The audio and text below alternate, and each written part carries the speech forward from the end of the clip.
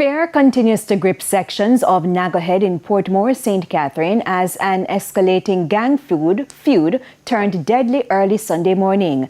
2 young men were killed, and in response, police have imposed a 48-hour curfew in an effort to prevent further bloodshed. We have more in this primetime news follow-up. Remain high in Naggo Head as residents grapple with the aftermath of a deadly flare-up believed to be linked to an ongoing gang conflict over control of turf. The latest attack claimed the life of 2 young men. They have been identified as 17-year-old Kenrick Ebanks, otherwise called Wealthy Stunt, and a 20-year-old Michael Elliott Jr., otherwise called Bull, both food delivery workers and of Portmore addresses. A pregnant woman was also injured in the incident. Police have since imposed a 48-hour curfew, which took effect yesterday, restricting movement in sections of the community while law enforcement carries out targeted operations aimed at restoring order and preventing reprisals. A family member of one of the deceased says she is in fear of her life after yesterday's incident. Where your mother? Where your mother? One time that I come in my room and lock the door. Me lock the door. One of them fire 3 shots through my door. Me turn the lock in the door.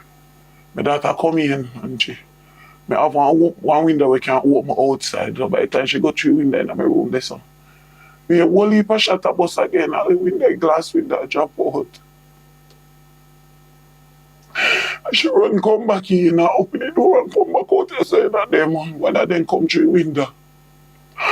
But the God that I serve, the God that I serve.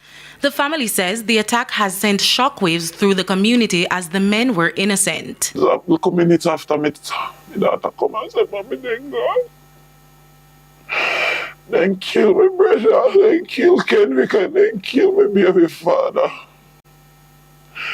My baby father, they don't have a room right there, so. This man every day I talk to somebody call me from one funeral home. I feel look casket and funeral home for my baby.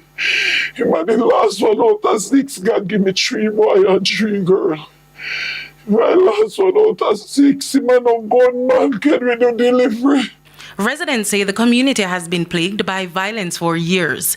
They pointed to a December 2021 arson attack that destroyed several homes, leaving multiple families homeless. Authorities say the curfew is a critical measure to contain the situation, pursue those responsible, and reassure residents that every effort is being made to restore peace.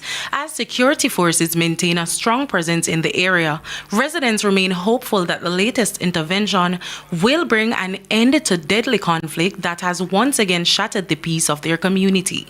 Yannick Williams, TVJ News.